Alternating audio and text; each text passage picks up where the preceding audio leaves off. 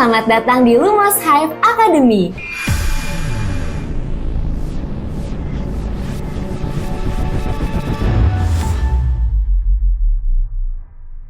Untuk memulai materi hari ini, kita menggunakan software Visual Studio Code atau VS Code untuk membuat programnya.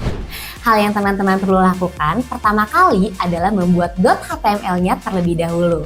Ada beberapa hal yang nanti kita akan pelajari di sesi ini. Yang pertama, critical thinking. Yang kedua, problem solving. Yang ketiga, algoritma.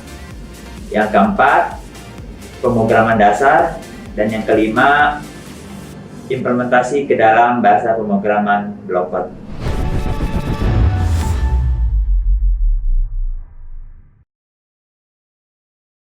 Server introduction ya. Nah, jadi nanti kita akan melihat apa sih arti daripada cloud server itu sendiri dan apa bedanya mungkin dengan server-server konvensional ya, yang mungkin kita biasa sebut seperti ada web hosting ya, ada shared hosting dan lain sebagainya, yang mungkin sudah tersedia saat ini di berbagai layanan yang disediakan oleh beberapa perusahaan ya.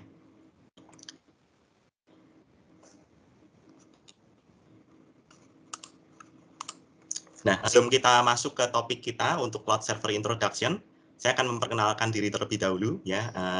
Kan seperti peribahasa tak kenal maka tak sayang ya.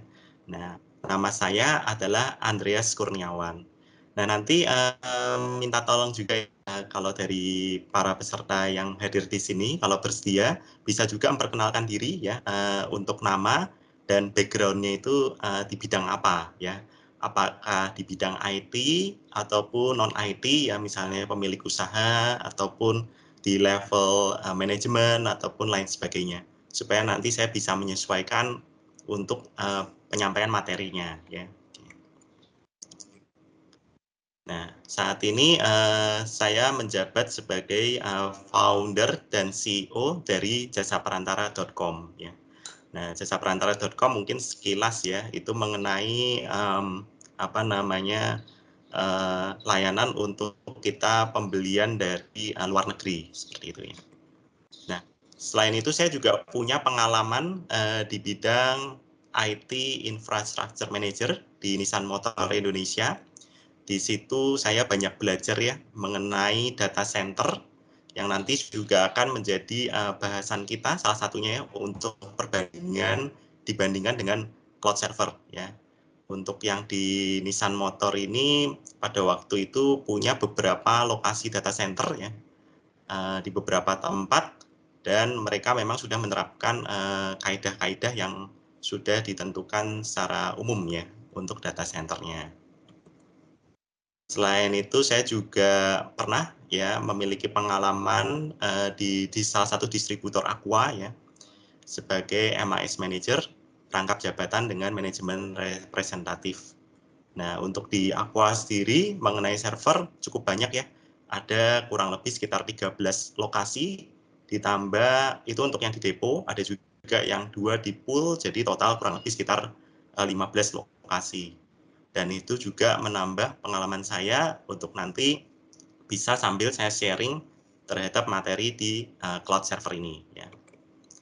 Dan mungkin saya satu lagi yang ingin saya sampaikan adalah saya sudah memiliki sertifikat ya di Alibaba Cloud Computing ya. Untuk jenisnya adalah Associate Cloud Computing. Dan memang untuk saat ini cloud sendiri sangat banyak ya varian ataupun ragamnya. Salah satunya adalah Alibaba itu sendiri. Tapi nanti ada lagi seperti misalnya Google, ataupun yang cukup terkenal adalah ada Amazon Web Services ya, yang cukup populer.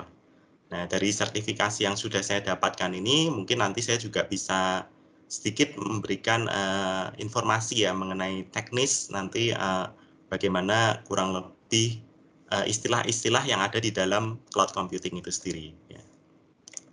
Oke, Bapak Ibu sendiri mungkin ada yang sudah mungkin memperkenalkan. Oke, nanti kalau memang sempat boleh ya ikut memperkenalkan diri supaya nanti saya bisa tahu apakah memang Bapak Ibu background-nya dari IT atau bukan ya. Oke. Nah, ini sedikit pembukaan ya. Jadi kalau kita lihat dari berita yang cukup kemarin mengejutkan ya, yaitu 5 hari yang lalu, kita melihat bahwa ada insiden di gedung Cyber 1 terjadi kebakaran ya. Memang di situ ada korban jiwa ya, dan kita memang turut berduka cita. Nah, namun di sisi lain kita juga perlu melihat ya, terutama di situ kan lokasi banyak server yang ditempatkan di gedung tersebut ya.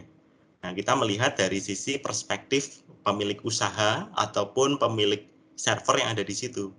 Apakah mereka memiliki kepanikan tersendiri pada saat melihat ataupun mendengar berita tersebut ya.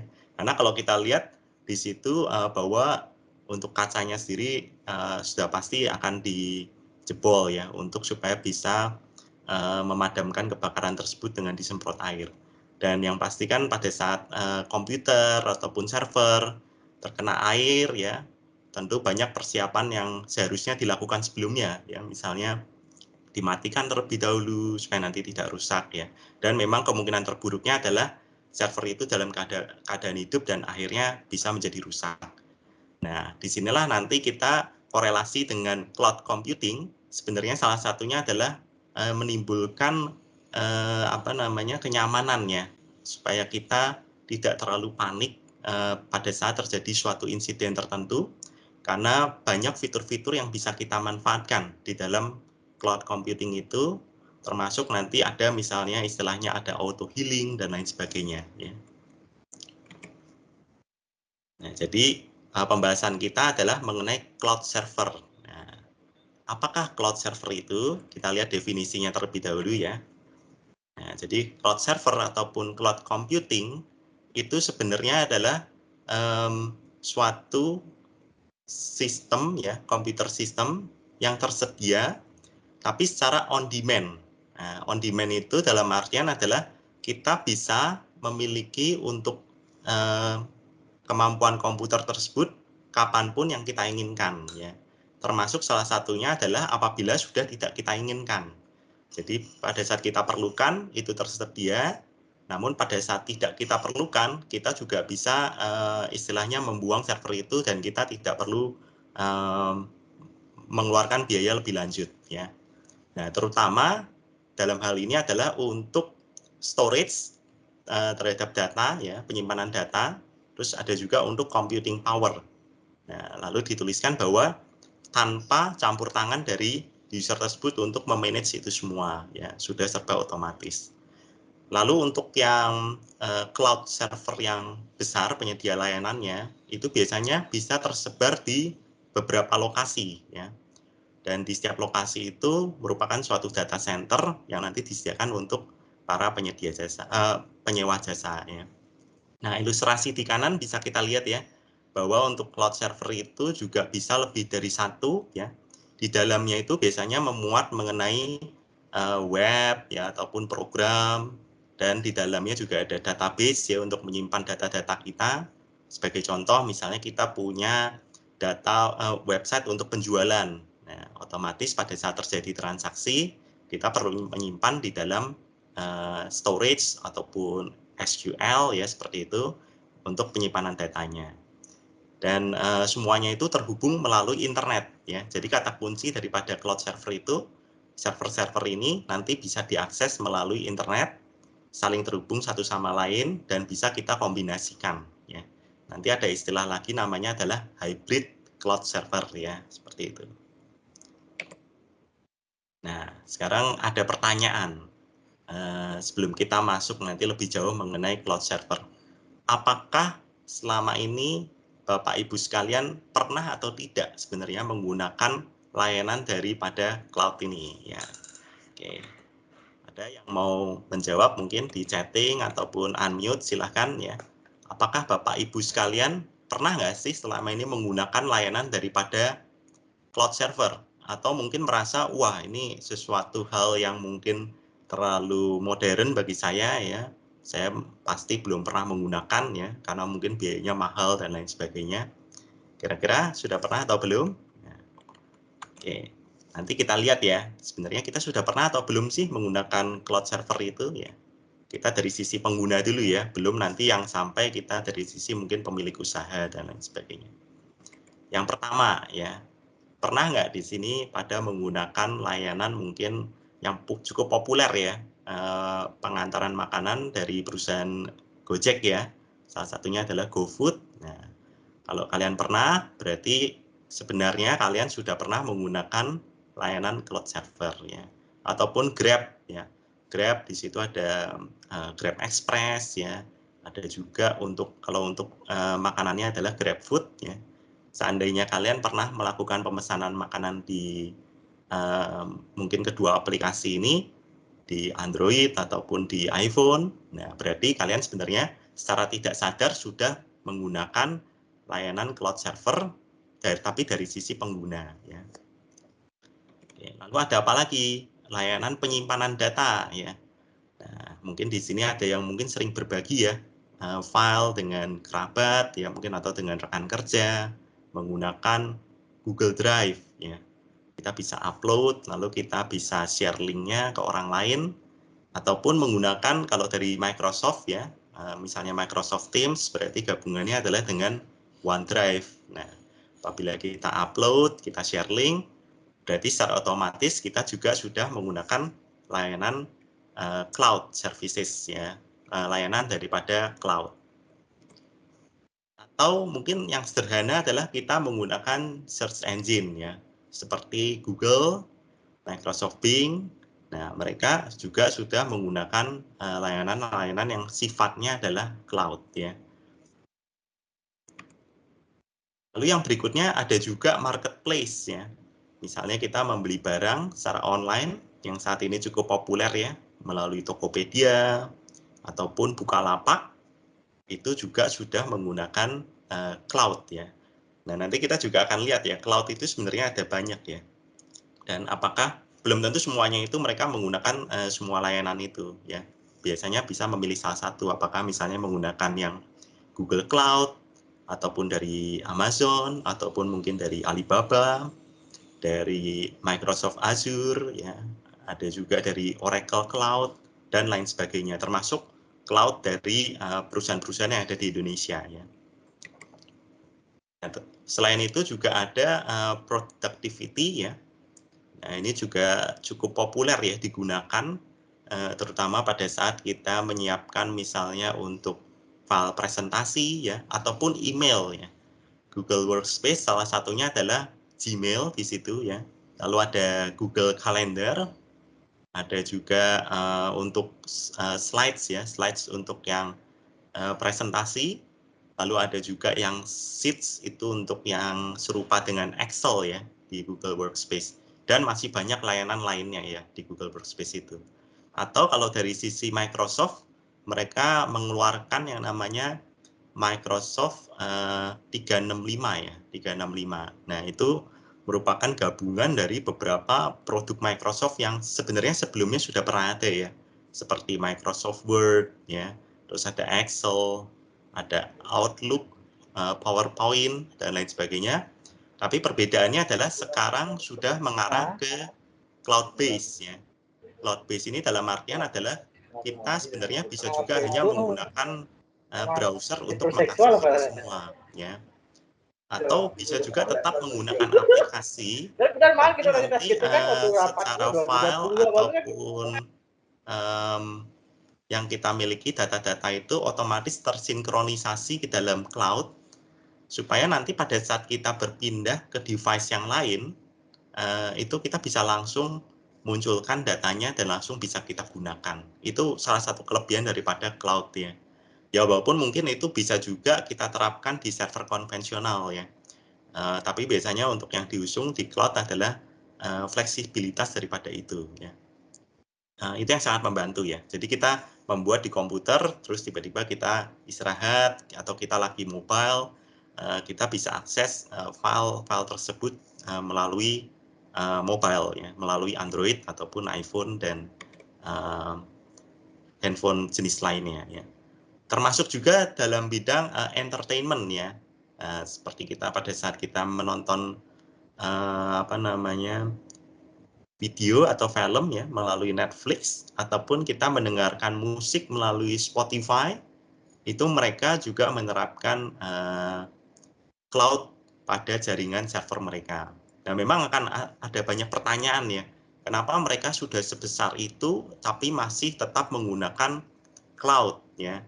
Kenapa mereka tidak membuat data center sendiri, lalu diurus sendiri semua ya, termasuk keamanannya dan lain sebagainya.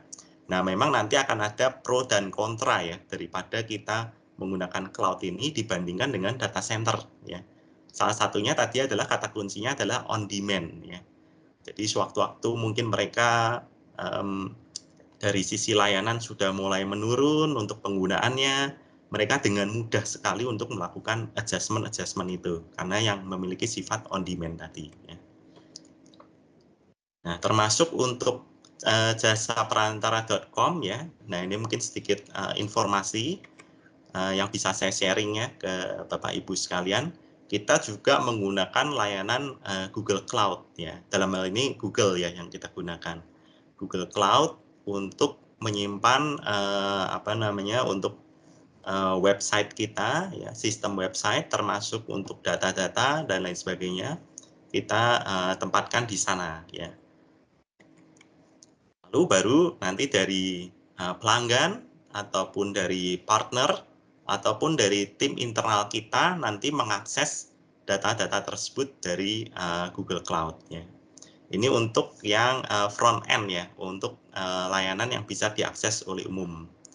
Nah, sebenarnya kita memang ada dibagi menjadi dua ya, ada yang untuk front end, ada juga untuk yang back end. Nah, kalau untuk yang back end itu kita untuk servernya menggunakan dedicated server yang ada di gedung Cyber 1 tadi ya. Oleh sebab itu kenapa tadi saya sempat cerita juga di awal mengenai insiden yang ada di gedung Cyber 1.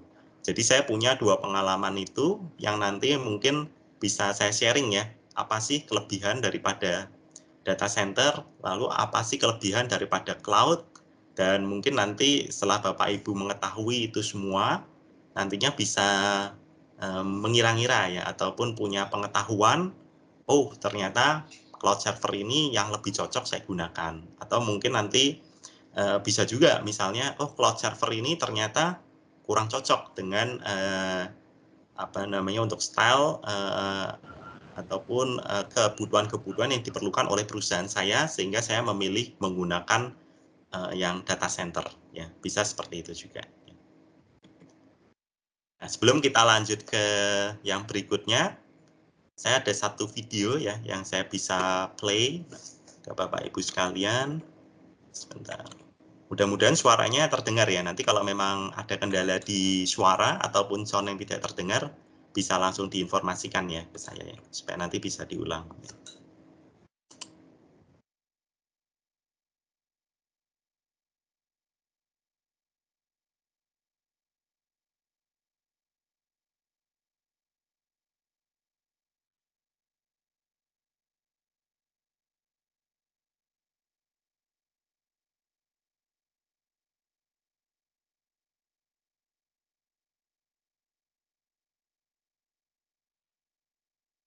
Maaf Pak, tidak ada suaranya ya Pak ya?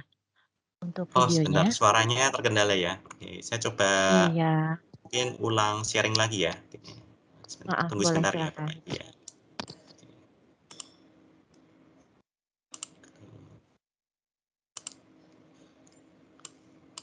Baik, saya coba ulang sekali lagi. Nanti kalaupun memang masih terkendala, bisa segera diinformasikan ya, supaya saya bisa coba kembali. In a place like Jakarta, the level of traffic is so bad that it is a real quality of life issue. A lack of access has prevented groups of people, groups of businesses from really achieving their true potential. We started on the realization that the Ojek driver could do so much more, and we expanded our services based on what we thought would be beneficial for the lives of millions of Indonesians. So Gojek created these very organized marketplaces for people to connect to each other. We are solving people's real problems in a very, very practical manner. And that's where I think the craziness has started. We scaled 900 times in the first 18 months. We are doing over 3 million orders a day. There are over 150,000 merchants on our platform. We would not be able to actually achieve this scale without a trusted partner like Google Cloud. Every 15 seconds, we're getting a ping from our driver app that tells us where they are, what their status is. We're signaling heat maps that come from our Google Cloud data flow so that drivers know where they are most needed. It's about helping drivers and merchants make better decisions for themselves. Kalau Gojek tetap eksis, kita akan buka 1, 2, dan 3 tempat lagi.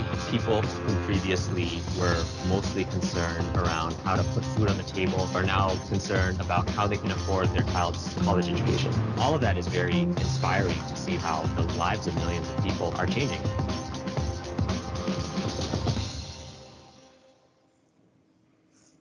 Baik, tadi sempat kita lihat ya bagaimana dari Gojek ya, mereka justru merasa terbantu ya dengan menggunakan layanan daripada Google Cloud ini. Dan tadi memang ada beberapa istilah ya, mungkin kalau bagi yang belum pernah atau belum terbiasa dengan istilah-istilah tersebut nanti akan kita bahas ya. Tadi disebutkan ada menggunakan data flow ya dan istilah-istilah lainnya. Dan memang dengan pertumbuhan bisnis yang sangat cepat tadi diinformasikan 900 kali lipat dalam 18 bulan terakhir, itu memang akan sulit ya apabila kita menggunakan yang server konvensional. Justru dengan menggunakan Google Cloud ini, nanti salah satunya adalah kita bisa melakukan skalabilitas yang sangat tinggi ya pada saat kita menggunakan layanannya. Oke. Lalu kita lihat dulu ya untuk awalnya supaya untuk membandingkan ya dengan server yang ada saat ini yang mungkin yang masih juga digunakan ya, kita menyebutnya adalah dengan konvensional server atau mungkin data center, atau ada juga yang menyebutkan dengan istilah on premises ya.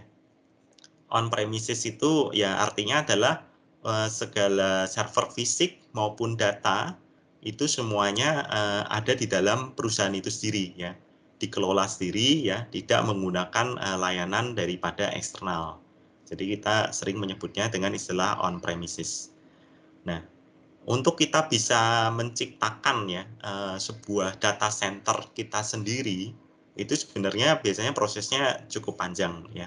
Pertama tentu kalau misalnya kita belum punya ya, ini dalam kondisi kita belum punya, kita pengen punya server sendiri, kita perlu yang pertama adalah planning dulu ya kan, planning ada berapa server yang kita perlukan, lokasinya di mana ya, lalu nanti fitur-fitur data center yang kita gunakan itu apa ya, apakah nanti ada untuk pemadam kebakarannya ataupun ada nanti untuk UPS-nya, untuk backup power-nya, lalu apakah nantinya kita juga perlu ada yang namanya disaster recovery plan ya, atau kita menyebutnya DRP ya.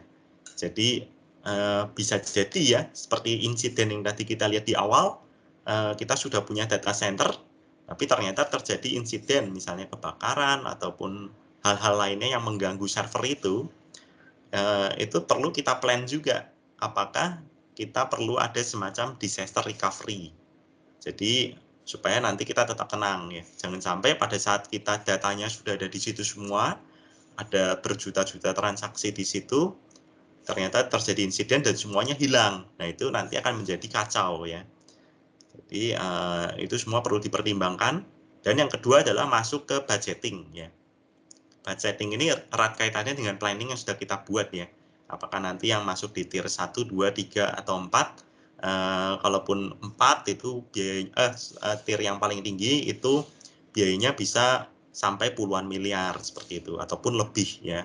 Dan itu kita perlu tentukan di awal. Lalu yang ketiga adalah kita perlu membeli semua peralatan itu ya, termasuk lokasinya ya. Mungkin kita perlu membeli tanah, kita perlu ada gedungnya ya, termasuk server-servernya, jaringannya, dan termasuk nanti untuk resource ataupun karyawan yang akan mengurus server itu dalam hal maintenance dan lain sebagainya ya.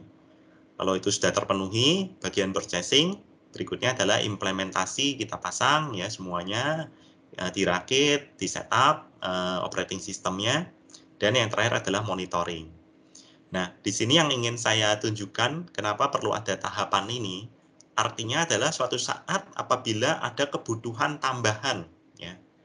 Misalnya seperti tadi kasus di Gojek, ya, ada 900 kali lipat pertumbuhan, ya, daripada transaksinya.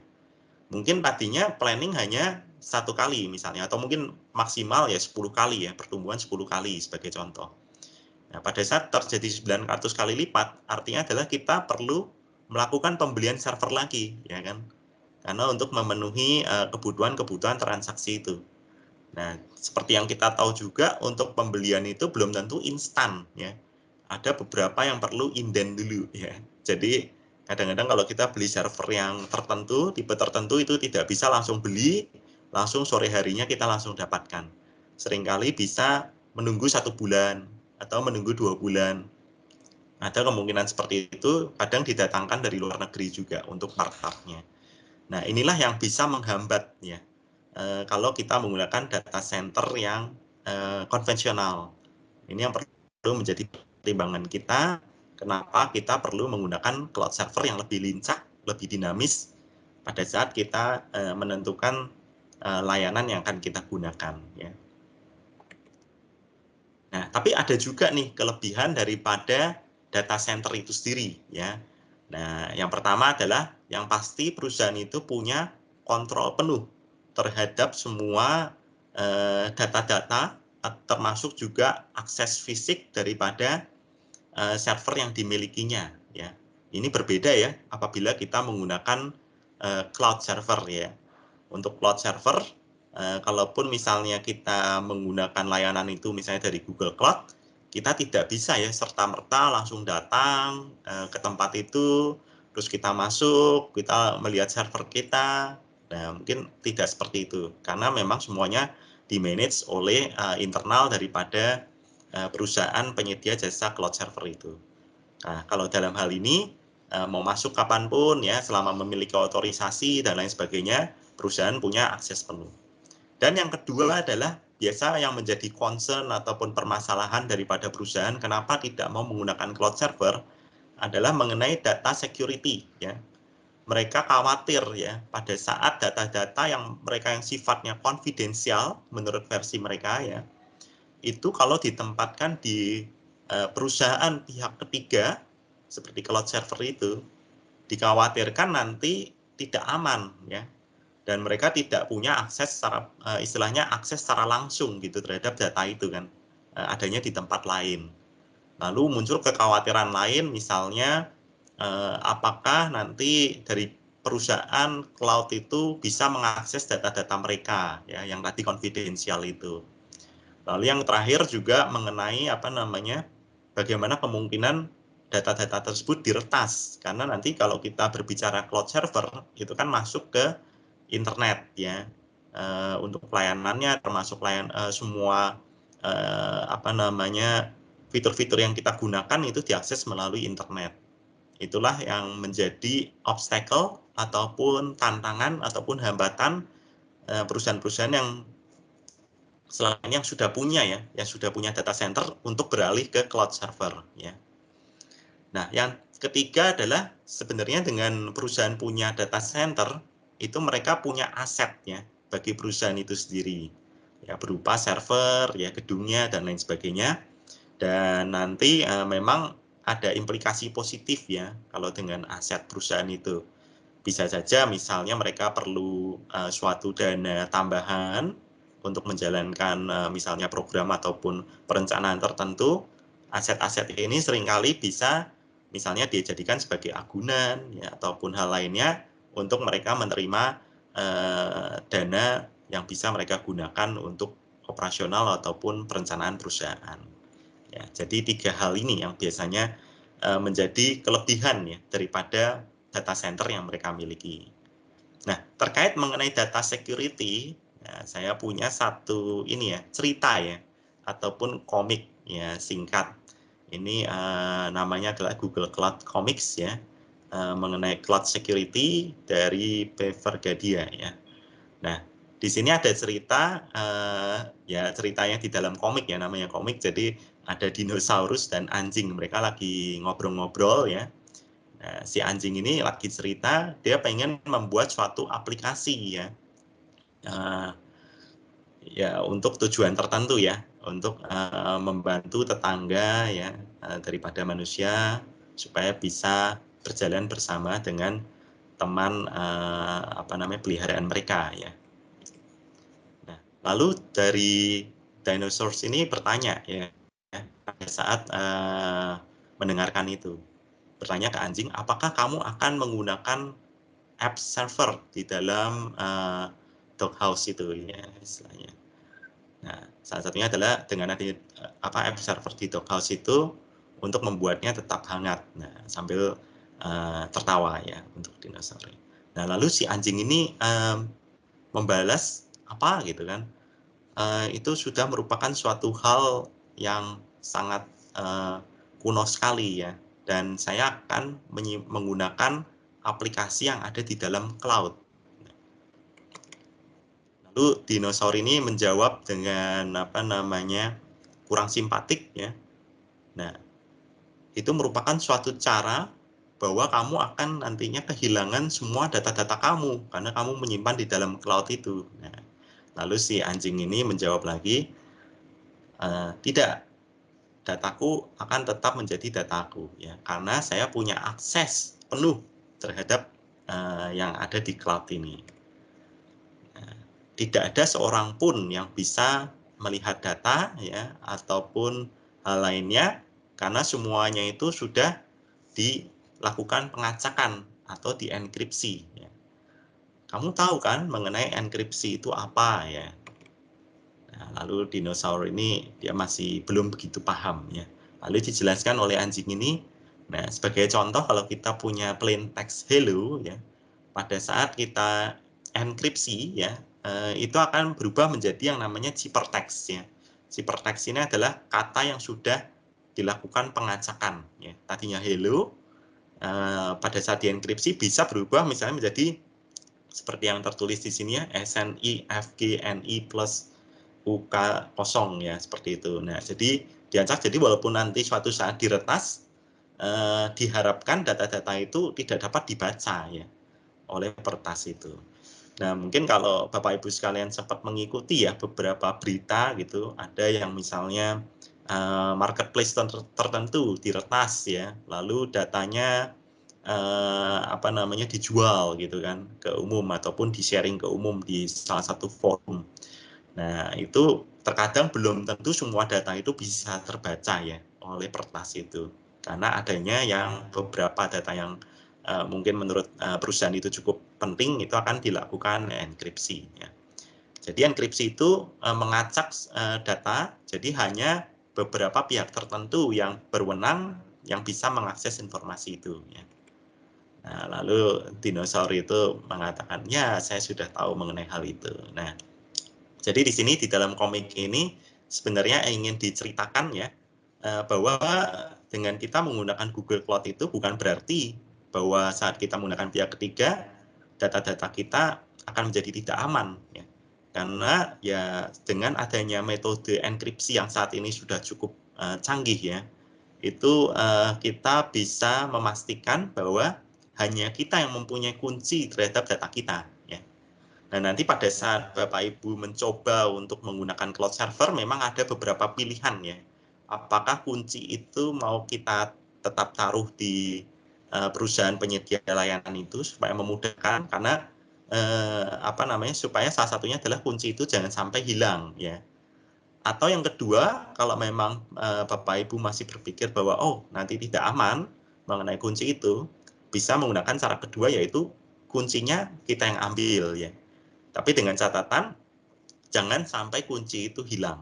Karena pada saat kunci itu hilang, maka secara otomatis kita tidak dapat masuk dari nanti penyedia layanan cloud itu juga tidak dapat masuk untuk mengakses data itu ya. Jadi memang ada plus dan minusnya pada saat kita menentukan satu opsi yang kita pilih ya. Nah, lalu di data center itu juga ada beberapa tier ya. Ada tier 1 sampai 4 yang tadi sempat diinformasikan. Itu sebenarnya menentukan dari availability-nya ya, layanan itu. Apakah misalnya dari perusahaan itu sanggup untuk dalam 1 tahun terjadi 28 jam layanannya tidak dapat diakses ya. Nah, ini belum tentu bersifat berturut-turut ya, maksudnya dalam 28 jam sekaligus belum tentu ya. Bisa saja misalnya 1 jam, dan seterusnya ya. Atau yang sampai tier paling tinggi, tier 4, itu hanya 25 menit diperbolehkan ya untuk downtime-nya dalam 1 tahun. Nah, untuk bisa mencapai itu tentu ada beberapa yang harus dipenuhi ya untuk persyaratannya ya. Dan memang dari sisi biaya itu juga pasti akan meningkat kalau kita semakin ingin layanan kita semaksimal mungkin tidak terjadi down ya, seperti itu. Nah, karena ini kadang-kadang impact-nya itu sangat besar ya, terutama kalau perusahaan itu memang sudah cukup besar.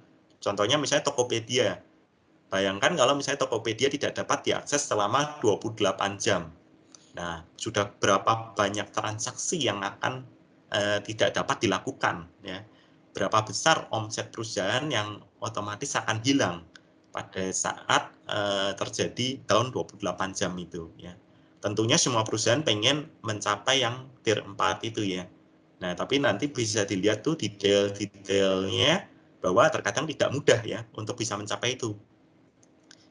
Tier 1 itu sebenarnya untuk bisnis yang kecil ya, hanya terdapat 1 power, 1 pendingin, dan tidak ada komponen yang digandakan ataupun dilebihkan ya. Nah, kalau misalnya kita menerapkan ini dan terjadi insiden, ya itu memang kita ya otomatis akan kaget ya dan akan bisa kelabakan gitu. Karena tidak ada di sini tulis no redundant components ya, artinya adalah tidak ada backup-nya untuk kita bisa menjalankan cadangan pada saat terjadi satu insiden. Sampai nanti ada tier 2, tier 3, tier 4. Nah, tier 4 ini sudah fully redundant ya, terus juga bisa pada saat listrik dari misalnya PLN contohnya ya, itu terjadi putus, itu selama 96 jam masih bisa mensuplai ke server yang ada di situ. Ya, jadi memang lebih aman kalau misalnya kita bisa sampai ke tier 4. Nah, tapi kan seringkali ya perusahaan ya tergantung masing-masing perusahaan. Untuk perusahaan yang kecil ataupun menengah mungkin belum tentu akan langsung ke tier 4. Nah, inilah sebenarnya gambaran yang ingin saya berikan. Terkadang kita membuat data center itu juga tidak mudah dan tidak dengan biaya yang murah gitu ya. Seringkali kalau kita mau mencapai suatu titik tertentu supaya layanan kita tetap prima gitu ke pelanggan, itu perlu biaya yang sangat besar. Nah, nanti dengan Google Cloud ini seharusnya bisa terbantu untuk kita bisa lebih fleksibel dan lebih hemat ya dalam penggunaannya. Nah, lalu kita lihat tadi setelah kita lihat dulu untuk yang server konvensional, kita juga ada yang namanya cloud computing ya. Kelebihannya adalah yang pertama easy to maintain ya. Easy to maintain dalam artian apabila kita korelasikan dengan managed cloud computing ya. Computing itu ada 2, ada yang private, ada yang managed ya. Nah, kalau managed itu artinya adalah kita menggunakan layanan dari pihak ketiga dan semuanya itu pada umumnya di maintain dan dikelola pihak ketiga itu. Lalu yang kedua adalah cost saving ya. Cost saving tadi seperti yang diinformasikan bahwa pada saat kita perlukan kita bisa sewa ya. Misalnya sampai mungkin banyak sekali server yang kita gunakan. Tapi pada saat waktu misalnya sudah tidak diperlukan, bahkan kita bisa menurunkan semua server itu sampai ke 0 ya. 0 itu artinya adalah sebenarnya servernya masih ready ya, masih siap untuk bisa nanti sewaktu-waktu melayani pelanggan. Tapi pada saat misalnya tidak ada akses sama sekali ke layanan yang kita sudah ciptakan, itu kita bisa setting sampai ke 0 server. Artinya kita tidak mengeluarkan biaya atas sistem yang kita ciptakan sampai nanti ada yang mengakses ya. Itu istilahnya nanti adalah yang namanya serverless computing ya. Lalu yang ketiga adalah fleksibel ya. Fleksibel itu kita bisa berubah-ubah untuk spesifikasi yang kita inginkan. Misalnya awal karena kita masih mulai, kita menggunakan memori yang 2 GB. Nanti seiring dengan kebutuhan kita naikkan jadi 4 GB dan seterusnya. Dan yang terakhir adalah mengenai scalable, itu artinya adalah bahwa kita bisa menambah komputer itu bahkan sampai yang seringkali di luar daripada ekspektasi kita, ya. Mungkin awalnya kita hanya sedikit 10 server, lalu tiba-tiba kita sangat ramai sekali, misalnya ini kalau kita berbicara mengenai transaksi online, ya. Misalnya banyak sekali pengunjung yang datang ke website kita ataupun aplikasi kita pengen tingkatkan jadi 1000 server ataupun 10.000 server. Dan pada umumnya untuk cloud computing itu sanggup ya untuk memenuhi semua kebutuhan itu. Ya. Oke, nah jadi setelah melihat daripada tadi server konvensional yang menggunakan atau istilah data center atau on-premises dengan cloud service, kira-kira manakah yang dipilih ya? Nah, ini memang nanti akan kembali ke keputusan dari masing-masing perusahaan yang memang saat ini punya untuk data center akan lebih fleksibel, lebih praktis apabila memilih cloud server. Tapi kalau misalnya sudah punya dan ingin beralih ke cloud, itu nanti memang ada proses yang namanya migration ya, untuk beralih dari server yang biasa ke cloud itu. Ya. Nah, atau bisa juga misalnya kalau masih belum ingin sepenuhnya cloud, ada yang namanya hybrid cloud ya. Jadi data center tetap kita pertahankan karena mungkin ada beberapa layanan yang tetap ingin menggunakan data center, tapi sebagian layanan bisa menggunakan yang cloud server. Jadi juga dimungkinkan hal itu ya. Kita sebutnya private cloud dengan public cloud-nya. Nah, untuk cloud services sendiri ada yang namanya adalah managed. Managed itu yang kita untuk cloud servernya itu disediakan oleh pihak ketiga ya. Ada beberapa keunggulan ya. Yang pertama adalah cost optimization, terus termasuk juga dari sisi finansial. Karena kita hanya membayar pada saat kita menyewa ya. Pada saat sudah tidak kita butuhkan, kita bisa hapus dan kita tidak perlu membayar apa-apa lagi ya. Kecuali apabila memang masih ada data yang disimpannya. Nah, lalu dari sisi performa kapasitas pada umumnya kalau untuk yang skala besar ya seperti Google, Alibaba, terus juga Azure ya, Amazon itu sudah tidak diragukan lagi ya seberapa besar yang kita inginkan pada umumnya bisa terpenuhi oleh mereka. Lalu mengenai security dan compliance ya, mengenai keamanan data, lalu juga mengenai apa namanya downtime dan lain sebagainya, mereka pada umumnya sudah memenuhi sertifikasi-sertifikasi yang ditetapkan secara umum ya untuk data centernya. Jadi tidak perlu kita ragukan lagi. Karena terkadang untuk kita mendapatkan satu sertifikasi tertentu itu prosesnya cukup panjang ya yang harus dilalui. Dan yang terakhir adalah configuration management. Ini apabila terjadi nanti misalnya ada update ataupun ada perubahan yang kita inginkan, itu jauh lebih mudah ya apabila kita menggunakan managed cloud services ya. Nah, saat ini ada cukup banyak ya cloud provider ya yang tersedia.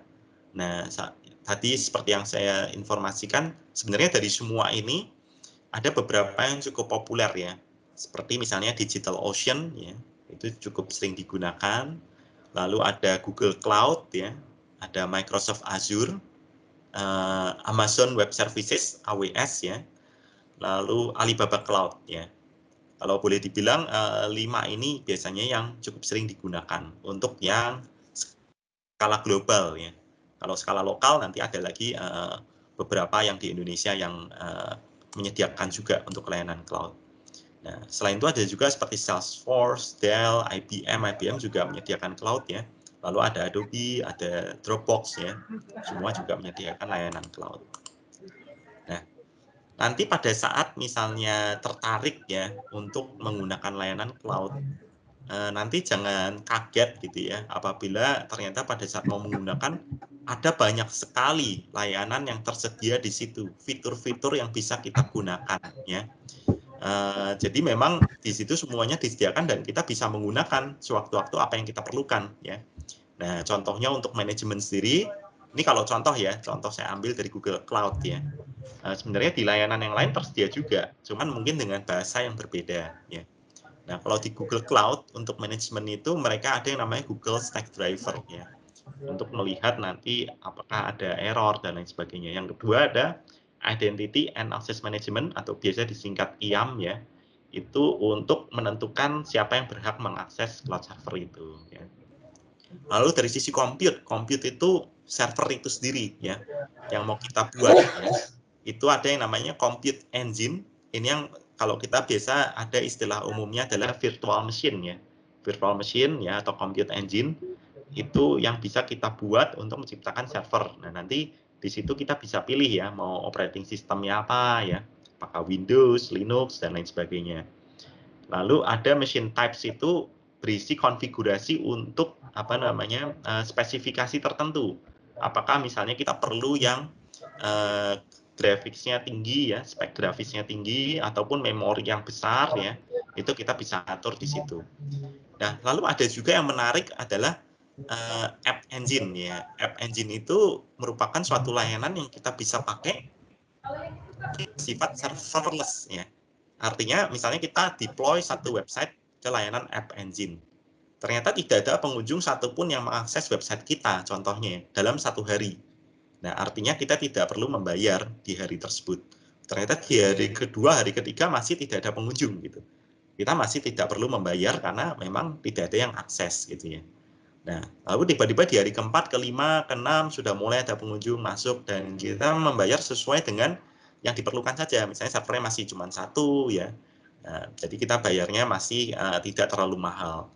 Lalu ternyata semakin melonjak ya dari minggu ke minggu semakin naik dan otomatis servernya nanti akan otomatis dibuatkan lagi yang baru ya. Misalnya kalau speknya sudah tidak mencukupi akan dibuatkan server yang baru ya dan otomatis akan berkembang dengan sendirinya ya.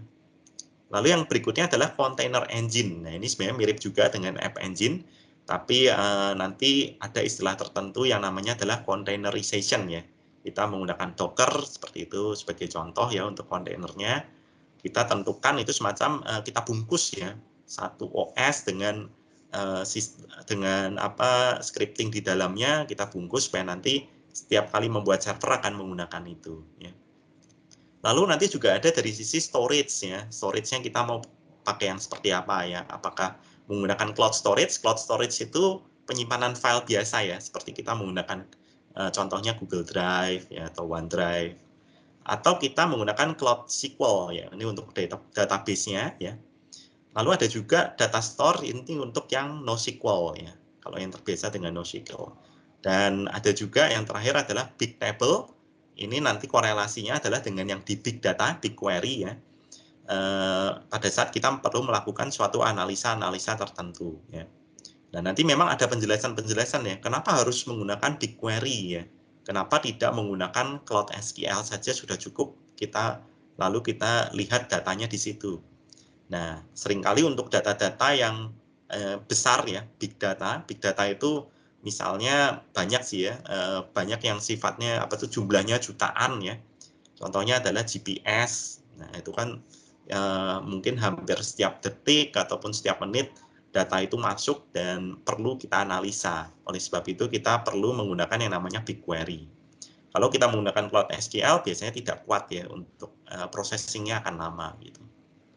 Lalu dari sisi networking juga banyak yang fitur yang disediakan mulai dari virtual network, load balancing. Load balancing ini bertujuan untuk yang tadi ya, apabila kita punya beberapa server itu nanti dia bisa memilih dengan sendirinya server mana yang akan digunakan ya pada saat terjadi banyak pengunjung. CDN ya itu untuk content delivery network. Jadi kita bisa memisahkan server itu berdasarkan geografis ataupun lokasi daripada pengguna. Jadi supaya tidak terlalu berat. DNS domain name server ya untuk resolving ya dari nama ke IP. Lalu ada juga interconnect. Dan untuk big data ini ada data flow, data proc. Nah, data proc ini untuk memproses. Sebagai contoh misalnya kita punya file Excel ya, lalu kita ingin masukkan ke dalam SQL dan Excel itu masih terus diupdate. Nah, jadi kita bisa menggunakan data proc untuk otomatisasi ya. Jika terjadi perubahan di file Excel tersebut nanti akan otomatis masuk ke data flow, nanti bisa masuk ke Bigtable ataupun ke Cloud SQL ya. Lalu ada PubSub ya, PubSub ini lebih ke arah notifikasi ya, sistem notifikasi. pada saat nanti diperlukan misalnya apabila terjadi transaksi, ingin ada kirim notifikasi melalui SMS ataupun notifikasi ke satu layanan yang lain lagi ya. Misalnya nanti di back-end-nya muncul apa dan lain sebagainya ya. Nah, lalu yang lebih advance adalah machine learning ya. Machine learning ini lebih ke high level API. Jadi kita bisa misalnya ingin untuk mendeteksi suatu pembicaraan ya. Misalnya kita mau transcribe ke teks, nah itu juga bisa. Ataupun sebaliknya, misalnya dari teks ke suara juga bisa. Lalu untuk Vision API itu membaca dokumen ya. Jadi ada dokumen, misalnya kita pengen proses menggunakan OCR ya, supaya kita rubah dari dokumen yang bentuknya foto menjadi teks, itu juga dimungkinkan menggunakan Vision API. Ya. Lalu ada Translate API untuk merubah bahasa ya, seperti Google Translate ya. Nah, lalu untuk jenis bahasanya juga sangat banyak. Nah, jadi ini hanya sekilas ya penjelasan dari saya untuk beberapa layanan-layanan yang tersedia di cloud services. Ini sebagai contoh di Google Cloud ya.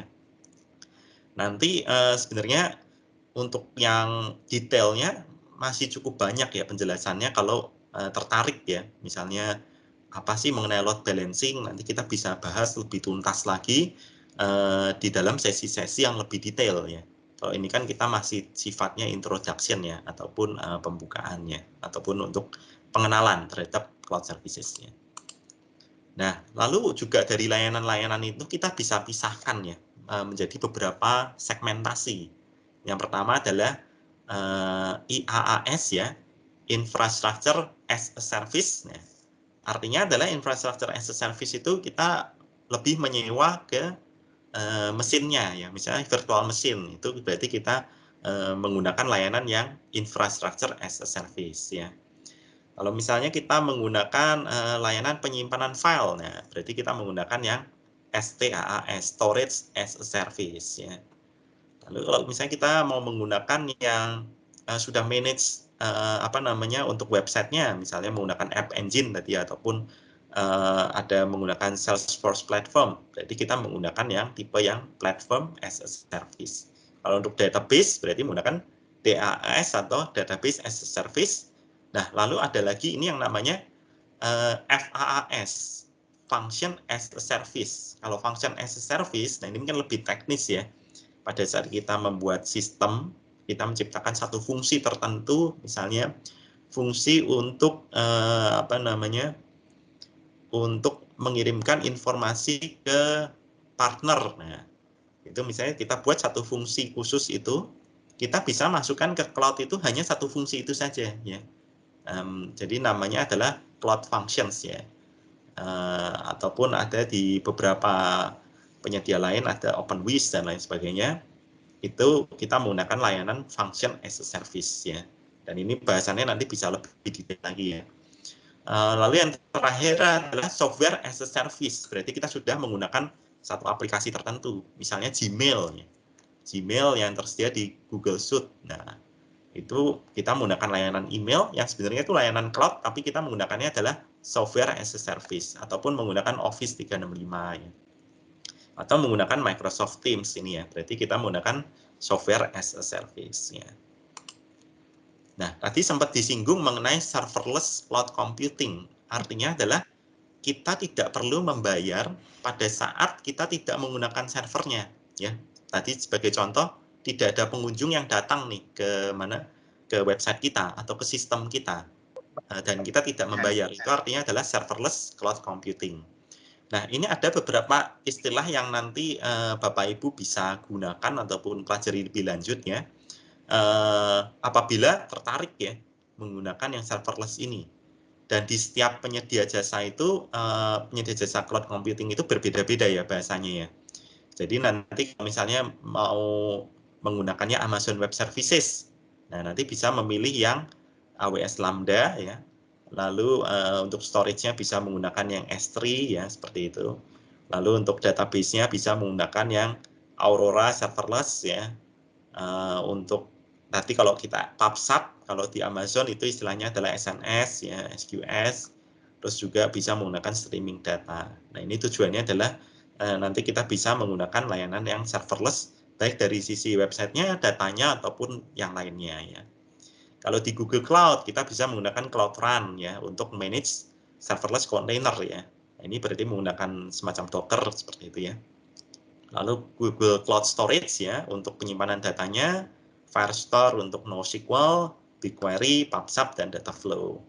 Nah, lalu untuk di Azure Microsoft ya bisa menggunakan Azure Storage ya, Cosmos DB, Active Directory, Event Grid, Service Bus, dan Kubernetes Services untuk mengorkestrasikan ya serverless containernya ya. Nah, Kubernetes ini nanti juga satu topik yang cukup menarik ya untuk kita bisa mengorkestrasikan beberapa kontainer yang bersifat serverless ya. Nah, tadi juga diinformasikan bahwa ada layanan-layanan yang sifatnya adalah high level API ya. High level API itu sebenarnya di dalamnya sudah ada sistemnya ya, yang sudah didesain oleh penyedia layanan cloud itu, dan kita bisa langsung gunakan ya. Sebagai contoh tadi ada untuk machine learning ya, lalu seperti speech API ya, kita bisa mendeteksi. Lalu ada video intelligence API. Video intelligence itu sebagai contoh yang diterapkan di YouTube ya, dan Google Search ya. Mungkin Bapak Ibu kalau pernah menyadari ya, pada saat kita melakukan search dengan kata kunci tertentu, seringkali pada saat muncul misalnya ada video YouTube-nya, itu sudah diarahkan ya. Tidak perlu kita menonton dari menit ke 0 atau menit awal, tapi seringkali sudah diarahkan, oh dengan kata kunci ini kira-kira ada di menit sekian sampai menit sekian ya. Dan itu untuk dari YouTube dan Google Search mereka menggunakan yang namanya Video Intelligence API ya, untuk bisa melihat video-video walaupun bukan mereka yang buat ya video itu ya, mungkin dari vlogger ya, atau mungkin dari YouTuber dan lain sebagainya, mereka upload dan nanti akan diproses oleh sistemnya seperti itu. Nah, ini saya ada satu video lagi yang menunjukkan untuk high level API, bisa kita saksikan bersama untuk nanti bisa mengetahui lebih lanjut ya.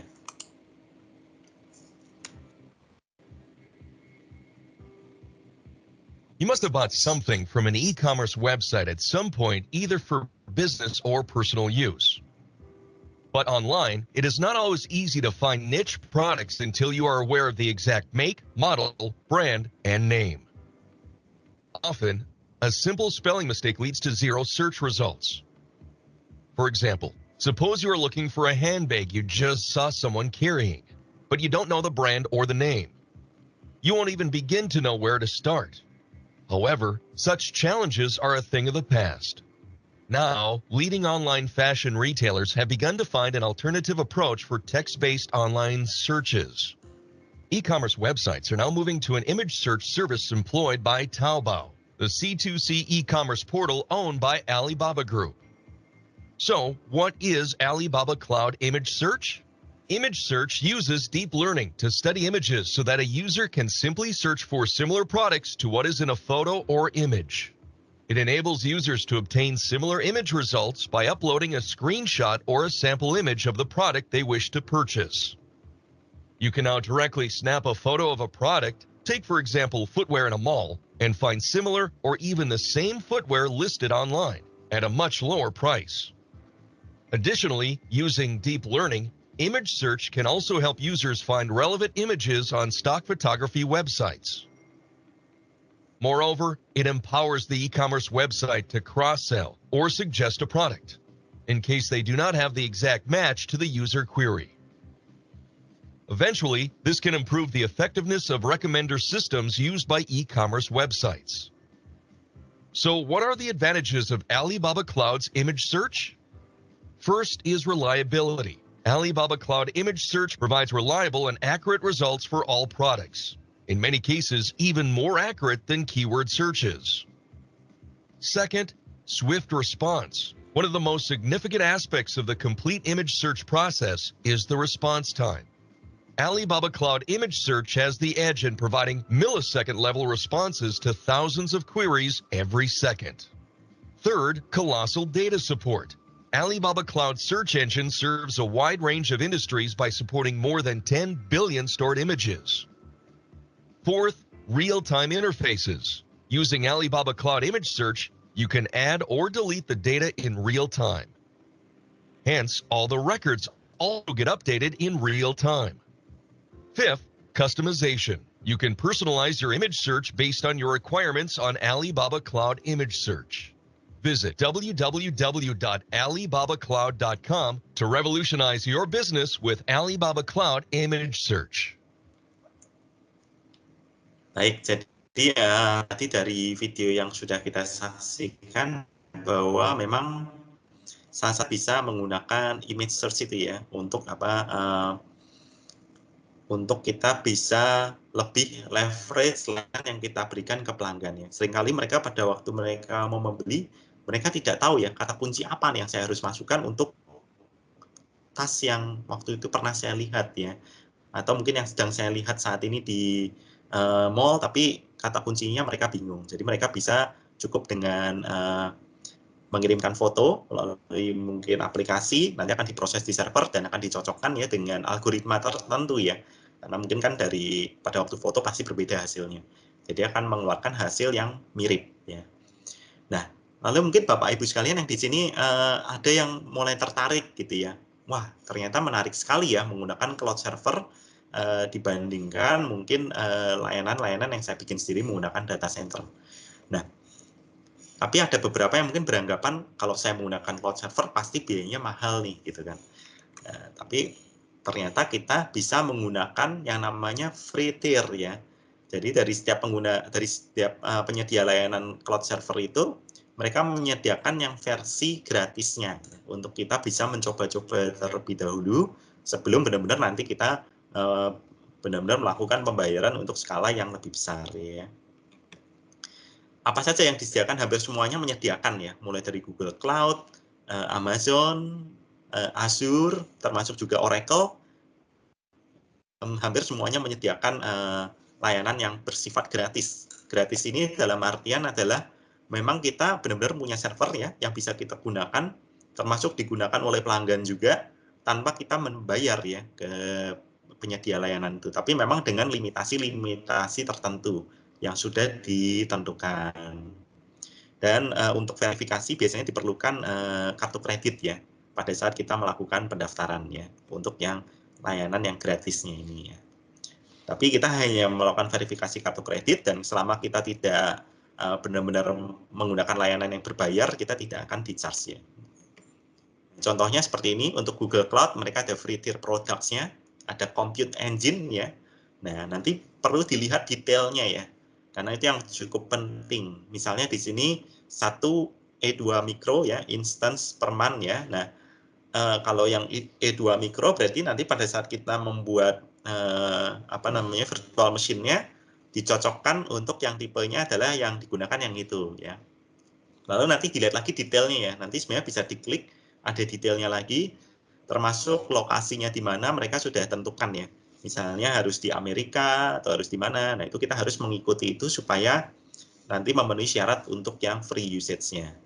Termasuk untuk cloud storage mereka juga berikan gratis ya, 5 GB ya setiap bulannya. BigQuery bisa 1 terabyte queries ya, cukup besar ya untuk bisa kita gunakan. Termasuk untuk Kubernetes Engine dan masih banyak lagi ya. Nanti bisa dibuka aja ya untuk linknya kalau tertarik ya di cloud.google.com/free ya. Demikian juga yang lain. Nah, ini contohnya untuk yang di Amazon AWS ya, mereka menyediakan Amazon EC2 750 jam per bulan ya. Nah, ini mungkin untuk yang sifatnya tidak kritikal ya, atau tidak yang always on service ya. Misalnya kita menggunakan server itu 1 hari kita hidupkan, lalu kita nggak perlukan kita matikan lagi, lalu nanti di beberapa hari kemudian kita hidupkan lagi, yang sifatnya adalah hanya insidental, itu kita bisa menggunakan layanan ini ya. Tapi sebelumnya memang ini berlakunya adalah untuk 12 bulan ya. Nah, mereka memang masing-masing punya kebijakan sendiri-sendiri ya. Kalau yang Google Cloud tadi itu always free ya, artinya tidak ada batasan waktu, harus 12 bulan pertama, ataupun bahkan kita misalnya sudah menggunakan selama 3 tahun, tetap masih gratis ya. Nah, lalu untuk Azure ya, ini ada beberapa yang always, ada yang juga 1 tahun ya, seperti virtual machines ya, SQL database, terus ada blob storage ya, nah, ada Cosmos DB dan lain sebagainya. Oracle Cloud juga sama ya, mereka menyediakan juga ada yang namanya always free cloud services, itu artinya adalah tidak terbatas dengan waktu, yang tadi 1 tahun itu ya. Nah, apa yang bisa kita dapatkan yang always free, ada server atau compute VM berbasis AMD ya, lalu ada object storage-nya, database-nya, lalu untuk manajemennya juga ada, dan termasuk ada untuk load balancer-nya ya, itu 1 instance dengan 10 Mbps ya, dan seterusnya. Ada juga untuk site-to-site VPN, kita bisa menggunakan 50 IPsec connection ya. Oke.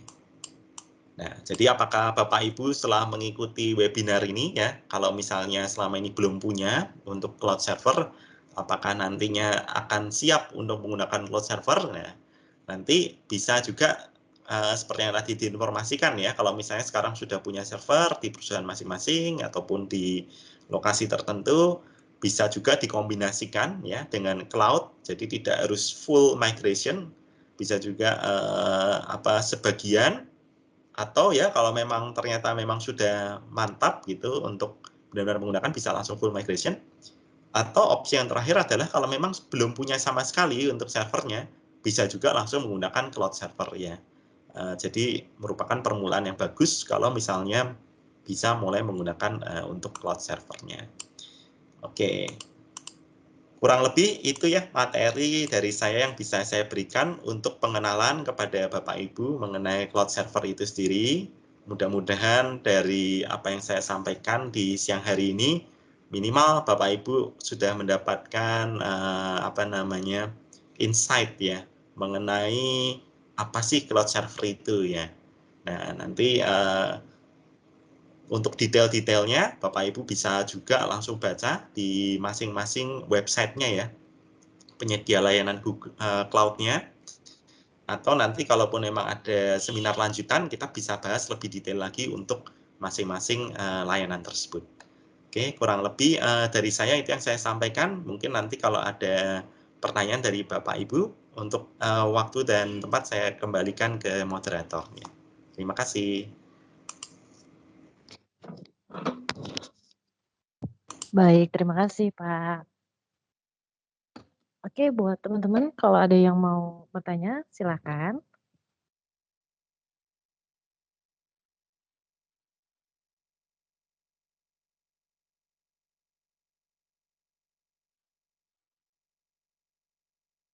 Baik, ada pertanyaan nih Pak dari Mas Luki. Izin tanya Pak, apakah healing otomatis yang ada pada cloud ini konsepnya sama seperti di dalam game? Jadi jika health 0, maka akan dapat hidup kembali. Baik, mungkin langsung saya jawab saja ya untuk pertanyaannya. Nah, jadi untuk yang auto healing ya di dalam layanan cloud services ini, ya sebenarnya konsepnya mirip ya seperti itu. Nah, sebagai contoh adalah gini, sebenarnya auto healing ini sangat menarik karena kita tidak perlu standby 24 jam gitu ya. Terutama kadang-kadang kan insiden kita tidak tahu ya, bisa terjadi kapanpun juga ya. Bisa saja misalnya kita sedang tidur gitu kan, tiba-tiba ternyata servernya down. Nah, itu merupakan beberapa yang kadang-kadang tidak kita sangka-sangka. Nah, pada saat kita menerapkan yang namanya auto healing, nanti akan ada yang namanya sistem untuk memonitor ya, server itu apakah masih dalam kondisi yang sehat atau tidak. Pada saat nanti terdeteksi bahwa tidak sehat, makanya tadi seperti diinformasikan oleh Pak Luki ya, jika health-nya 0, health monitoring-nya 0, maka otomatis server itu akan di-shutdown dan dimusnahkan oleh cloud services. Dan akan dibuatkan yang baru, server yang baru secara otomatis ya. bahkan pada saat kita tidur, dan biasanya untuk jedanya itu juga tidak terlalu lama ya. Untuk down mulai dari server itu mati, tidak bisa diakses karena rusak, sampai dibuatkan baru lagi tidak sampai 5 menit, biasanya sudah bisa up lagi. Dan itu prosesnya sudah terjadi secara otomatis, jadi tiba-tiba ya sudah bisa digunakan lagi untuk sistemnya. Itulah konsep di mana auto healing itu biasanya sangat berguna dibandingkan data center. Kalau untuk data center yang kita manage sendiri, pada saat ternyata misalnya hard disk-nya rusak gitu ya, seringkali kita kelabakan ya, karena kita harus beli lagi hard disk yang baru, kita copot dulu dari yang lama, di ruang server yang lama, lalu kita ganti, belum nanti kita setting-setting lagi dan lain sebagainya. Sedangkan kalau cloud server ini, semuanya itu terjadi secara instan ya. Biasanya tidak sampai 5 menit kita sudah bisa langsung up lagi. Mudah-mudahan itu menjawab ya untuk pertanyaannya ya mengenai auto healing. Ini pertanyaan yang bagus dan biasanya cukup banyak digunakan ya untuk auto healing itu. Terima kasih.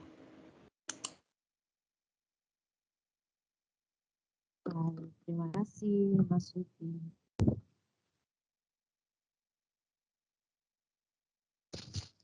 Baik, untuk yang lainnya silakan, ataupun mau open mic boleh.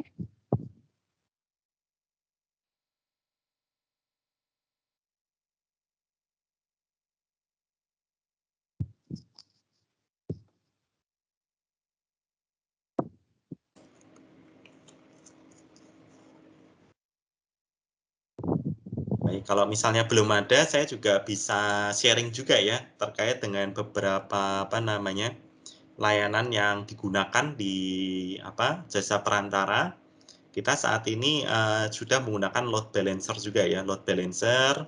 Jadi pada saat nanti tiba-tiba terjadi pertumbuhan pengguna yang tidak kita sangka gitu ya, misalnya tiba-tiba dalam beberapa jam kemudian karena kita mungkin ada suatu iklan tertentu ya, misalnya di televisi ataupun di mana, dan tiba-tiba terjadi lonjakan, itu semuanya sudah dipersiapkan dan secara otomatis ya.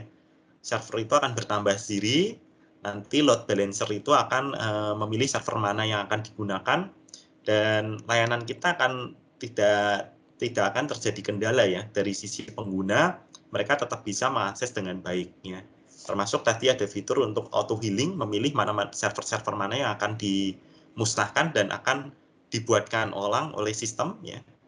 Dan yang tidak kalah pentingnya adalah ada serverless itu, walaupun mungkin kalau di layanan kita mungkin tidak terlalu berasa ya, karena hampir setiap menit itu selalu ada yang akses ya, bahkan setiap berapa detik itu selalu ada yang akses. Jadi tapi kalau suatu saat nanti misalnya terjadi bahwa tidak ada pengguna yang akses, otomatis kita tidak ada server yang akan digunakan ya. Lalu juga banyak hal lagi ya nanti yang bisa kita lihat ya, seperti yang BigQuery kita juga sudah gunakan. Perbandingannya untuk BigQuery dengan SQL biasa, kalau cara yang paling mudah adalah pada saat kita query di SQL biasa itu bisa memakan waktu kurang lebih sekitar 5 menit ya. Bandingkan dengan BigQuery yang hanya dalam waktu 2-3 detik sudah langsung keluar datanya. Jadi memang ada beberapa keuntungan-keuntungan yang bisa kita dapatkan apabila kita menggunakan layanan-layanan dari cloud server ini ya. Kalau misalnya kita menggunakan data center biasa, tentunya semuanya itu kita harus persiapkan secara mandiri kan. Semua fungsi-fungsi yang belum tentu langsung tersedia pada saat kita membuat data center itu. Ya mungkin ini sedikit sharing ya, apa yang sudah saya alami juga. Saya juga dulu sudah pernah bekerja di perusahaan yang punya data center ya sendiri, mulai dari pendinginannya, mulai dari fire suppression-nya dan lain sebagainya. Jadi ya mudah-mudahan bisa memberikan gambaran ke Bapak Ibu sekalian mengenai apa-apa saja yang bisa kita gunakan untuk cloud services-nya. Oke. Mungkin ada pertanyaan lagi dari Bapak Ibu, silahkan ya. Satu pertanyaan lagi nih Pak dari Mas Dito. Izin bertanya Pak, jika suatu saat terjadi peretasan tanpa kita ketahui, apakah data-data kita tetap aman atau langsung hilang secara permanen Pak? Ya, ini juga terima kasih ya dari Pak Dito untuk pertanyaannya. Jadi memang untuk cloud server sendiri bukan berarti pada saat kita taruh di cloud server pasti aman dari peretasan ya. Peretasan itu tetap bisa saja terjadi ya. Nah, pada saat tanpa kita ketahui, ini sebenarnya ada beberapa keuntungan yang bisa kita dapatkan ya pada saat kita menggunakan cloud server ya, terutama dari managed cloud server yang disediakan oleh beberapa perusahaan besar. Pertama adalah biasa mereka mempunyai yang namanya tracing ataupun log ya, yang sudah ditentukan tentunya menggunakan standar-standar tertentu. Jadi nanti kita bisa trace back lagi ya untuk kejadian tersebut, asalnya dari mana dan lain sebagainya. Mungkin kita punya sedikit informasi apakah ini memang dari internal ataupun eksternal. Nah, lalu terkait dengan data-datanya apakah tetap aman atau hilang permanen, ini banyak kaitannya dengan logika-logika yang kita terapkan pada saat di pemrogramannya, itu yang pertama. Lalu yang kedua, ya karena di pemrograman itu kita mengenal ada dua istilah ya, ada yang namanya soft delete dan yang kedua adalah hard delete ya. Nah, kalau misalnya kita soft, artinya adalah kalau misalnya diretasnya adalah di webnya, pada saat peretas itu mengakses dan menghapus, otomatis data itu sebenarnya masih ada ya, tapi hanya kita rubah misalnya flag-nya saja. Tapi ada kemungkinan kedua adalah peretas itu mungkin masuk ke dalam database kita. Itu juga bisa. Bukan ke websitenya, tapi ke database-nya. Nah, apabila untuk kasus yang kedua, maka tergantung daripada konfigurasi database kita di cloud tersebut. Di cloud tersebut juga punya banyak fitur ya. Seperti misalnya ada yang namanya redundancy. Redundancy itu dalam artian pada saat ada data masuk ke satu tabel tertentu, otomatis akan direplikasi ke server lain secara real time ya. Nah, tapi memang akan menjadi pertanyaan pada saat diretas ternyata dihapus, otomatis data yang di redundant itu juga otomatis akan terhapus ya, karena memang sifatnya kan mirroring. Nah, lalu bagaimana cara kita mengamankan? Ada satu fitur lagi yaitu yang namanya biasanya sudah ada di cloud server adalah kita menggunakan yang namanya auto backup ya. Auto backup itu kita bisa atur juga untuk intervalnya ya, mau berapa lama. Apakah misalnya 1 hari sekali atau berapa jam sekali. Ini memang tergantung kebijakan daripada perusahaan itu sendiri ya. Nah, auto backup ini sangat penting ya, karena mungkin ada beberapa perusahaan yang mungkin belum menerapkan, akhirnya melakukan backup secara manual ya, kadang-kadang mungkin bisa terlewatkan. Nah, sebenarnya dengan auto backup ini nanti kita bisa pilih ya, bisa kita lihat lagi, kita revert lagi ke mungkin yang sebelumnya apakah terjadi kendala atau enggak. Nah, tapi itu sebenarnya adalah aksi-aksi yang kita lakukan setelah insiden itu terjadi. Sebenarnya yang lebih baik lagi adalah sifatnya preventif ya. Jadi memang ada dua cara ya, ada yang kita lakukan setelah terjadi atau yang sebelum itu terjadi. Kalau sebelum itu terjadi adalah misalnya kita dengan melakukan pengamanan ya, bisa dengan misalnya ada hardening ya, terus misalnya juga untuk testing-testing yang bersifat security ya. Apakah benar aplikasi kita aman atau tidak? Itu kita perlu melakukan yang namanya testing supaya kita memastikan bahwa ini tetap aman. Lalu yang kedua adalah juga kita memantau jaringannya. Biasa kalau misalnya di perusahaan itu ada seorang network engineer ya, itu bisa memantau secara manual, atau kalau kita menggunakan cloud services, kita bisa menciptakan yang namanya trigger ya. Jadi pada saat kondisi ini terpenuhi, otomatis nanti akan mengirimkan notifikasi yang mungkin nanti kita mengetahui dan kita bisa langsung segera lakukan tindakan sebelum mengarah ke hal-hal yang lebih lanjut. Sebagai contoh, misalnya tiba-tiba ada IP yang bukan dari yang kita ketahui tiba-tiba masuk ke dalam sistem. Nah, ini perlu kita curigai dan mungkin kita perlu lakukan hal-hal yang mendesak yang segera supaya nanti tidak terjadi hal-hal lain yang lebih jauh, yang lebih fatal. Kurang lebih kalau dari saya sih itu ya yang bisa mungkin saya sharing. Mudah-mudahan cukup menjawab ya Pak Dito untuk pertanyaannya mengenai apakah file tersebut bisa hilang data-datanya. Ya, kalaupun memang hilang, tetap bisa hilang ya. Tapi kita bisa lakukan banyak hal untuk memastikan supaya jangan sampai hal-hal itu terjadi tanpa kita punya backup plan ataupun perencanaan yang sudah kita harus susun sebelumnya, ya. Itu mungkin jawaban dari saya, mudah-mudahan menjawab, ya. Terima kasih. Baik, bagaimana Mas Dito? Apa cukup puas atau sudah terjawab pertanyaannya?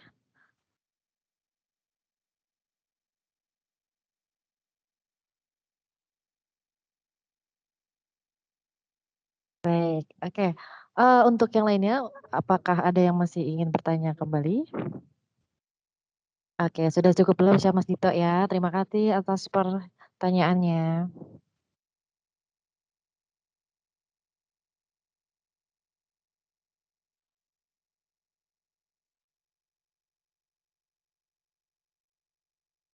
Oke, ada satu lagi nih Pak, dari Mas Andre. Izin bertanya Pak, apa saja penyebab server down di cloud server dan bagaimana cara untuk menghindari kejadian tersebut? Baik, terima kasih untuk pertanyaannya dari Pak Andre.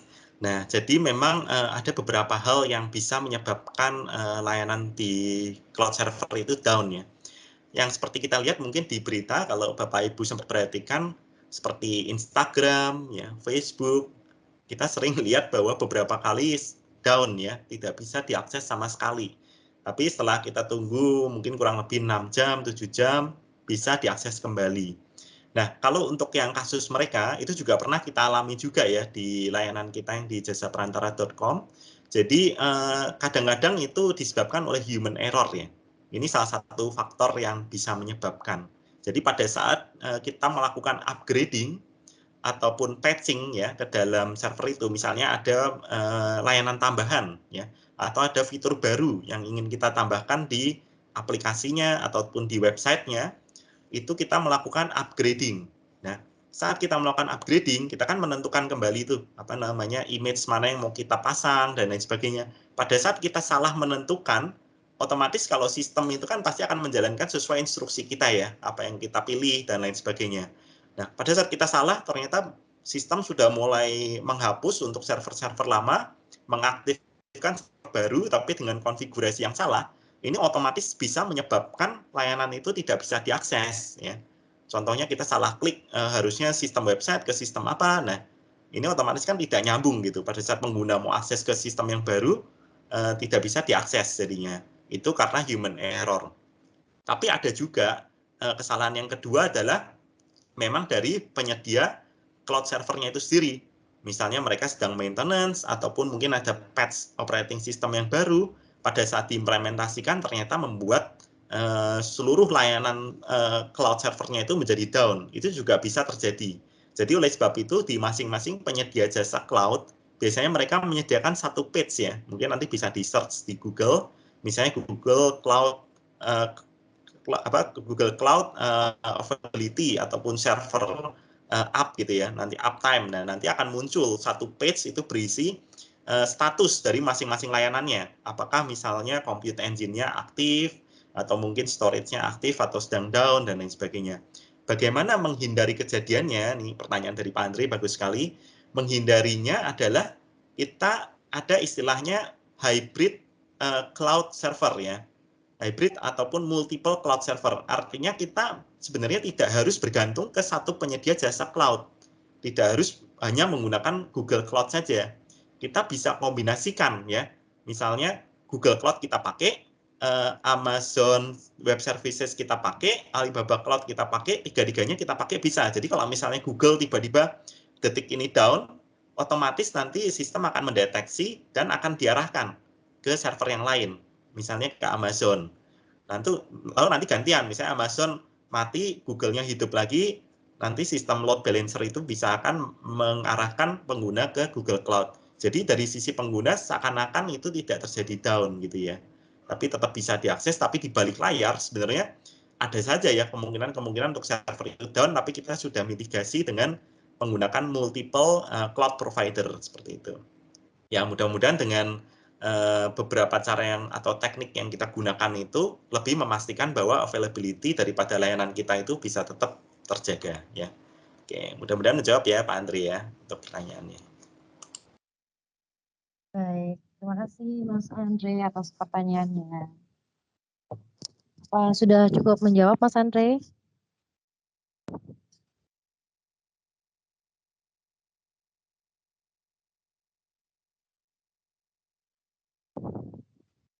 Sepertinya sudah ya. Baik. Oke, oke. Terima kasih sama-sama Mas Andre. Oke, karena waktunya terbatas, satu lagi nih Pak ya, pertanyaan terakhir ya Pak dari Mas atau Mbak Apoli ini ya. Bagaimana cara mengatasi data-data di data D hard disk error?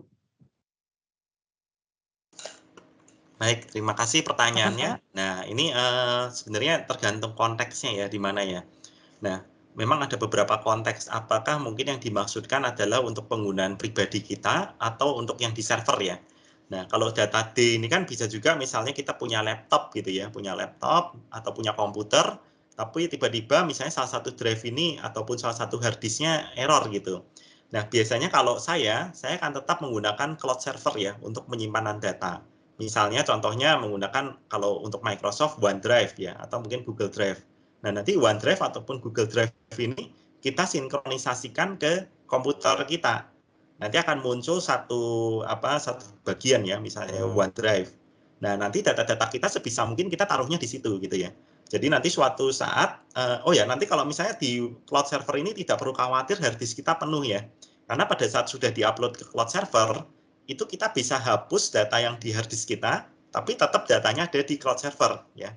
Namanya adalah clean up biasanya. Clean up, jadi yang sudah kita nggak terlalu gunakan, kita bisa clean up, datanya masih di cloud server, suatu saat hard disk kita rusak pun, pada saat kita ganti hard disknya, kita bisa ambil lagi data yang dari cloud server. Nah, jadi itu cara mengatasi data di hard disknya error ya. Kalau kita berbicara mengenai penggunaan personal. Tapi kalau kita berbicara mengenai server ya, terutama dengan fitur auto healing dan lain sebagainya, biasanya tidak kita sarankan untuk data-data itu disimpan di virtual machine-nya ya. Karena ya seperti yang tadi, server itu bisa saja tiba-tiba suatu saat rusak ya atau down dan kita perlu hapus, kita buat yang baru. Jadi untuk best practice-nya adalah untuk data itu kita simpannya di storage yang khusus. Kalau di Google berarti menggunakan Google Cloud Storage ya. Nah, Google Cloud Storage itu nanti kita simpan di situ. Lalu bagaimana nanti dari website mengakses ke Cloud Storage? Nah, itu memang perlu ada script khusus ya dari websitenya itu supaya dia tidak mengakses ke hard disk lokal yang ada di virtual machine-nya, tetapi menggunakan di Cloud Storage. Nah, ini salah satu keunggulannya adalah pada saat kita punya beberapa server, itu juga tidak mengganggu penyimpanan datanya. Karena sebagai contoh misalnya kalau di Tokopedia ya, ada orang yang mau membuat listing barang baru. Pada saat membuat listing barang baru ternyata ditempatkannya di server A dari 100 server. Nah, tentunya sistem akan bingung ya. Oh, tadi datanya ada di mana gitu. Nah, salah satu keunggulan kita menggunakan cloud storage adalah jadi data atau file-file kita itu terpusat di cloud storage dan nanti di cloud storage itu kita bisa setting supaya dilakukan redundancy ya. Redundancy itu tidak disimpan di satu hard disk saja, nanti begitu rusak hilang semua, tidak. Tapi akan direplikasi ke beberapa lokasi.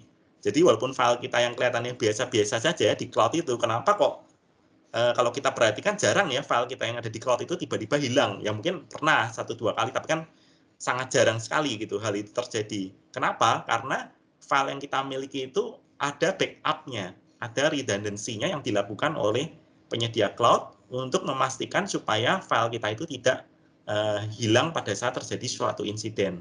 Sebagai contoh, nanti untuk replikasi ini nanti bisa itu ya, bisa banyak konfigurasinya ya, apakah di dalam satu zona yang sama atau beda regional ya.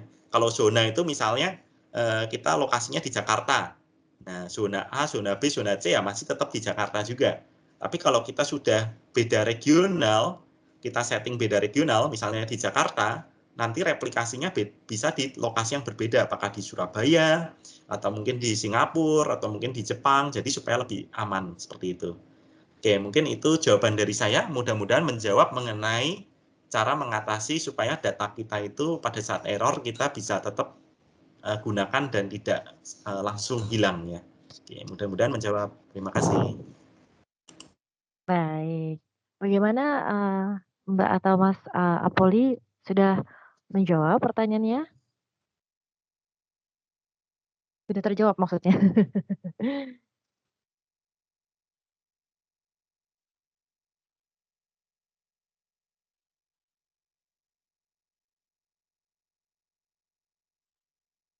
Atau masih ada yang masih belum detail? Boleh ditanyakan kembali.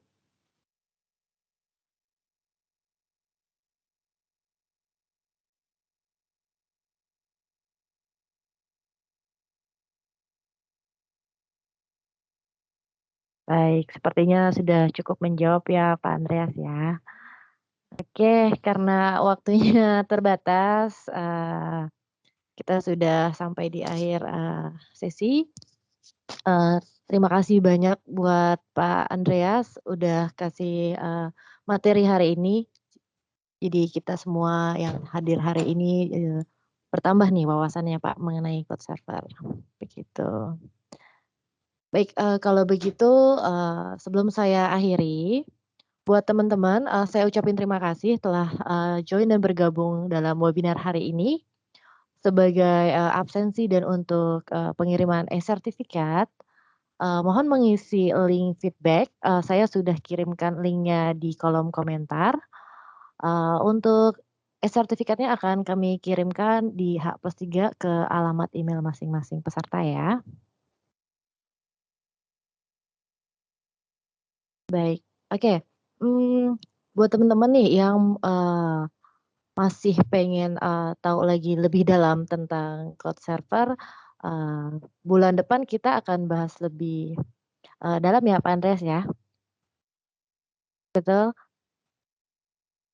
Oke, buat teman-teman yang tertarik, stay tune aja, dipantengin terus sosial medianya dari Lumos Hive. Nanti kita akan posting di sana, terutama di Instagram kita di lumoshive.official. Buat teman-teman yang tertarik, bisa nanti lihat informasinya di sana, seperti itu. Baik, kalau begitu bisa langsung kita akhiri saja untuk webinar hari ini ya Pak Andreas ya. Ya, Baik. terima kasih. Terima kasih Pak atas waktunya. Sehat selalu. Terima kasih Bapak Ibu sekalian yang sudah hadir di webinar ini. Sampai jumpa. Halo teman-teman, selamat datang di Lumos Hive Academy.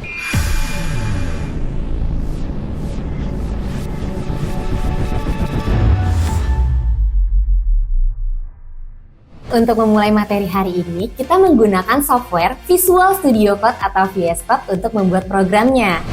Hal yang teman-teman perlu lakukan pertama kali adalah membuat .html-nya terlebih dahulu.